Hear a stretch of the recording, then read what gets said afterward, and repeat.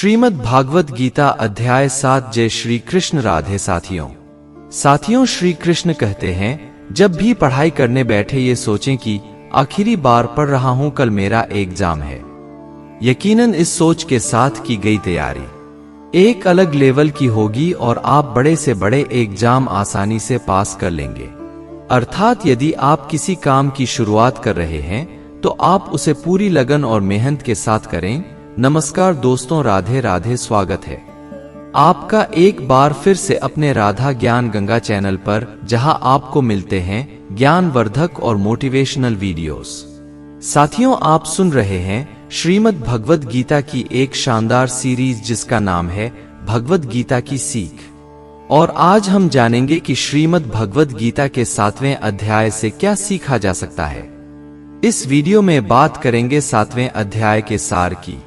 बहुत ही सरल भाषा और आसान से शब्दों में श्रीमद् भगवद गीता के 6ठे अध्याय में हमने यह जाना और सीखा कि एक योगी क्या होता है और योगी कैसे बना जाता है। भगवद गीता के इस 7वें अध्याय में हम जानेंगे कि ईश्वर किस तरह से इस संसार को चलाते हैं। ईश्वर को कौन से भक्त बहुत अच्छे लगते हैं, इंसान भगवान को क्यों नहीं जान पाता है तथा भगवान को कैसे प्राप्त किया जा सकता है।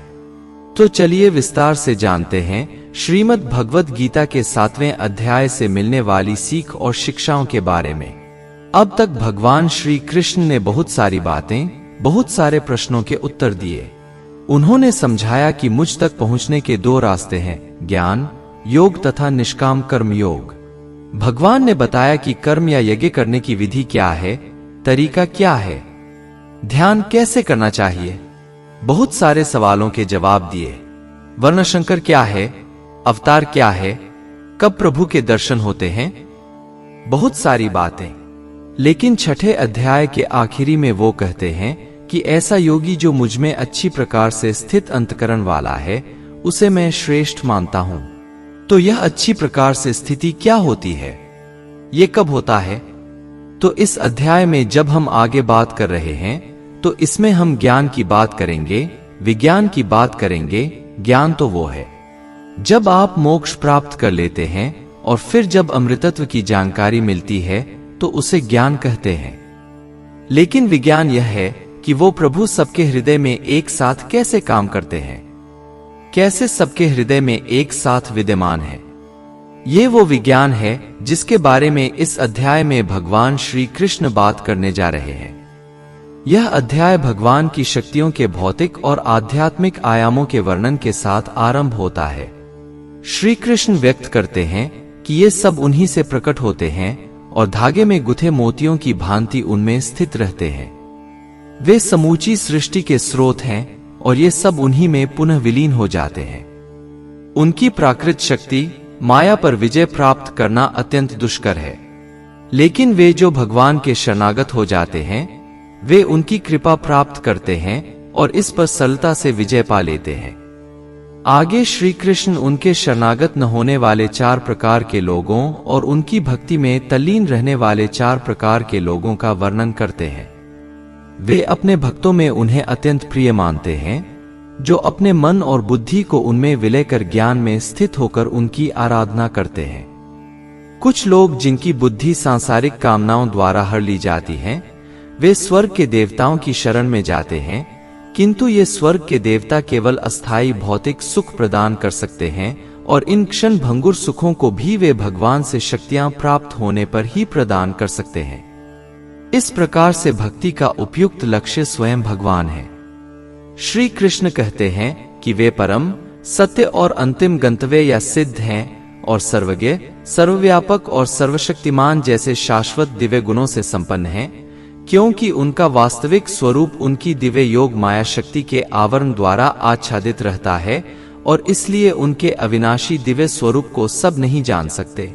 यदि हम उनकी शरण ग्रहण करते हैं तब वे हमें उन्हें जानने का अपना दिव्य ज्ञान प्रदान करते हैं और उनको जानकर हम भी आत्मज्ञान और कार्मिक गतिविधियों के क्षेत्र का ज्ञान प्राप्त कर लेते हैं। भगवान श्री कृष्ण कहते हैं कि हे अर्जुन, अब मैं तुम्हारे समक्ष इस ज्ञान और विज्ञान को पूर्णतः प्रकट करूंगा, जिसको जान लेने के बाद इस संसार में तुम्हारे जानने के लिए और कुछ शेष नहीं रहेगा। हे अर्जुन, हजारों मनुष्यों में से बहुत कम होते हैं जो मुझ तक पहुंचने का प्रयत्न करते हैं, कोशिश करते हैं कि भगवान के दर्शन कर लें। बाकी तो सब भोग विलास में व्यस्त होते हैं, और उन कोशिश करने वालों में से भी, प्रयत्न करने वालों में से भी कोई बिरला ही होता है जो मुझे बहुत समर्पण के साथ प्रेम करता है, जो मुझ तक पहुंच पाता है और साक्षात्कार कर पाता है, उस ज्ञान को प्राप्त कर पाता है। हे अर्जुन, पृथ्वी, जल, अग्नि, वायु और आकाश, और साथ में मन, बुद्धि और अहंकार, ये सब मेरी प्राकृत शक्ति के 8 तत्व हैं। ये मेरी अपराशक्तियां हैं, यानी कि जड़ प्रकृति है। किंतु हे महाबाहो अर्जुन, इनके अतिरिक्त मेरी पराशक्ति है, यानी कि चेतन प्रकृति, जिससे संपूर्ण जगत को मैंने धारण किया है, और वो है जीव आत्मा। यह जीव शक्ति है जिसमें देहधारी आत्माएं सम्मिलित हैं, जो इस संसार के जीवन का आधार है। यह जो प्रकृति है, यह अनादि है, यह अनंत काल से चली आ रही है और चलती रहेगी। यह जान लो कि सभी प्राणी मेरी इन 2 शक्तियों द्वारा उत्पन्न होते हैं। मैं संपूर्ण सृष्टि का मूल कारण हूं और ये पुनः मुझ में विलीन हो जाती है। हे अर्जुन, मुझसे श्रेष्ठ कोई नहीं है।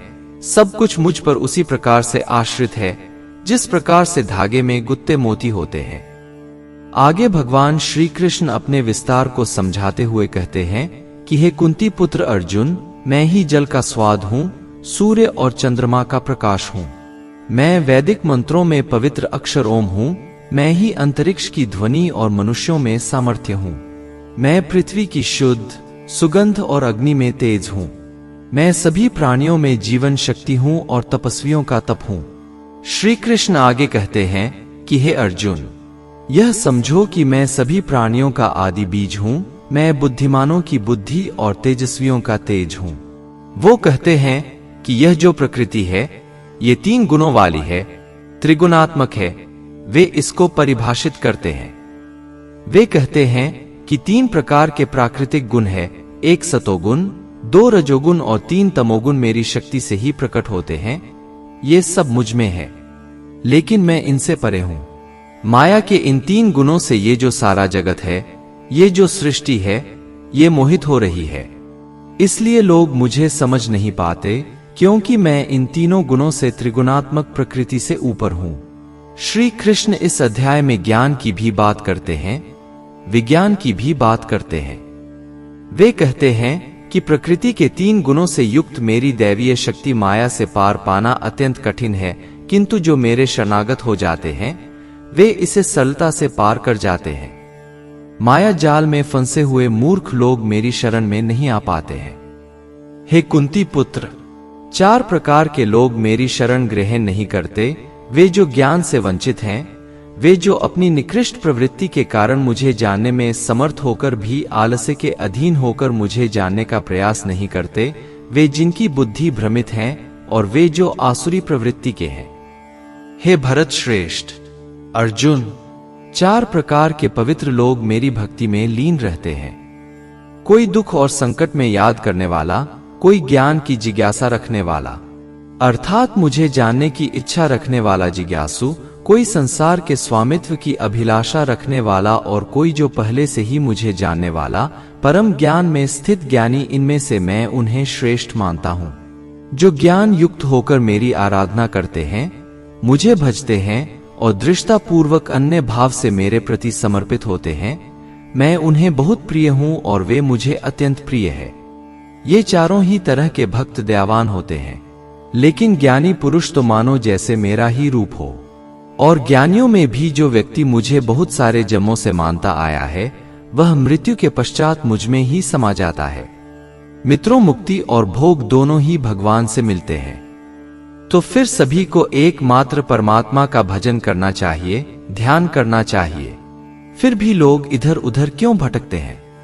इस प्रश्न को यहाँ 7वें अध्याय में भगवान श्री कृष्ण लेते हैं और वो स्पष्ट करते हैं कि आप जहां जहां जा रहे हैं वहां वो तो हैं, लेकिन वो तरीका, वो विधि सही नहीं है।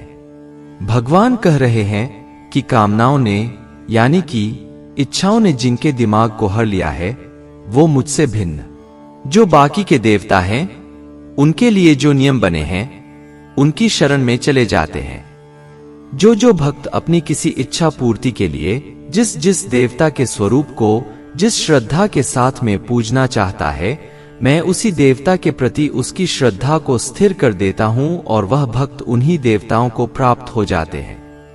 लेकिन यह फल ज्यादा समय तक नहीं चलता, और अगर कोई भक्त किसी भी प्रकार से मेरी ही पूजा करता है तो उसे मैं अपना ही बना लेता हूं। जो मूर्ख मुझे जन्म लेने और मरने वाला मानते हैं, वे मुझे प्राप्त नहीं कर पाते। मैं भूतकाल, वर्तमान और भविष्य को पूरा जानता हूं, जबकि श्रद्धा रहित लोग मुझे भी नहीं जान पाते। आखिर कोई भगवान को क्यों नहीं जान पाता? इस पर श्री कृष्ण कहते हैं कि हे अर्जुन, हे भरतवंशी, इच्छा और द्वेष से संसार के जितने मनुष्य या प्राणी हैं, नर नारी है, सब मोह को प्राप्त हो रहे हैं, इसलिए वे मुझे नहीं जान पाते। तो क्या कोई भगवान को जान नहीं पाएगा?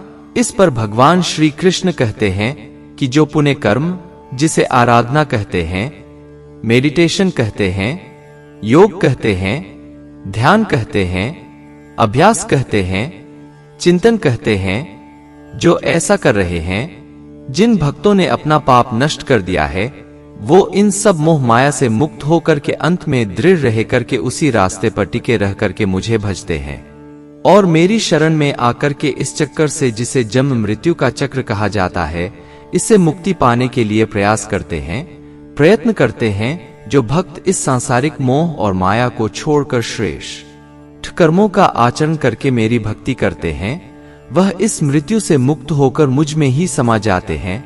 तो दोस्तों, आज के समय के हिसाब से इस अध्याय का मतलब आप इस तरह से निकाल सकते हैं कि जब आप अपने जीवन में कोई लक्ष्य निर्धारित करते हैं तो आप समय बीतने के साथ साथ अपने लक्ष्य को भूलने लगते हैं, क्योंकि हमारे जीवन में भटकाव के बहुत सारे रास्ते होते हैं। जैसा कि श्री कृष्ण ने बताया कि मायाजाल में फंसा हुआ व्यक्ति भगवान को भूल जाता है, ठीक वैसे ही कई बार बहुत मेहनत करने वाला व्यक्ति भी राह से भटक जाता है और सोचने लगता है कि ये लक्ष्य आदि सब बेकार है, जिंदगी के मजे लो, कल को पता नहीं रहूं या न रहूं। और इस तरह के लोगों को श्रीमद् भगवत गीता में मूर्ख कहा गया है, जो इतना भी नहीं जानते कि जीवन के ये भटकाव तो खुद मेहनत करने वालों को आजमाते हैं। या तो इंसान उसमें उलझ करके रह जाएगा या इसको पार कर जाएगा, और इस तरह से लगातार बिना भटके जो कठोर परिश्रम करता है, उसी को जीवन में सफलता मिलती है। साथियों, मैं आशा करता हूं कि आपने इस वीडियो से बहुत कुछ सीखा होगा। वीडियो को लाइक और शेयर करके कमेंट में जय श्री राधे कृष्ण लिखना न भूलें। अगर इस वीडियो में मुझसे कोई भी त्रुटि रह गई हो तो मैं आपका क्षमा प्रार्थी हूं, आप मुझे क्षमा करें। साथियों, मिलते हैं जल्दी ही श्रीमद् भगवत गीता के 7वें अध्याय की आसान और सरल व्याख्या के साथ। तब तक के लिए खुश रहे, मुस्कुराते रहे। जय श्री राधे कृष्ण। नमस्कार दोस्तों, राधे राधे। दोस्तों, अगर आप अपने चैनल राधा ज्ञान गंगा पर पहली बार आए हैं तो इसे सब्सक्राइब जरूर करें और साथ साथ बेल आइकन ऑल पर दबाएं ताकि आपको आने वाली वीडियो की नोटिफिकेशन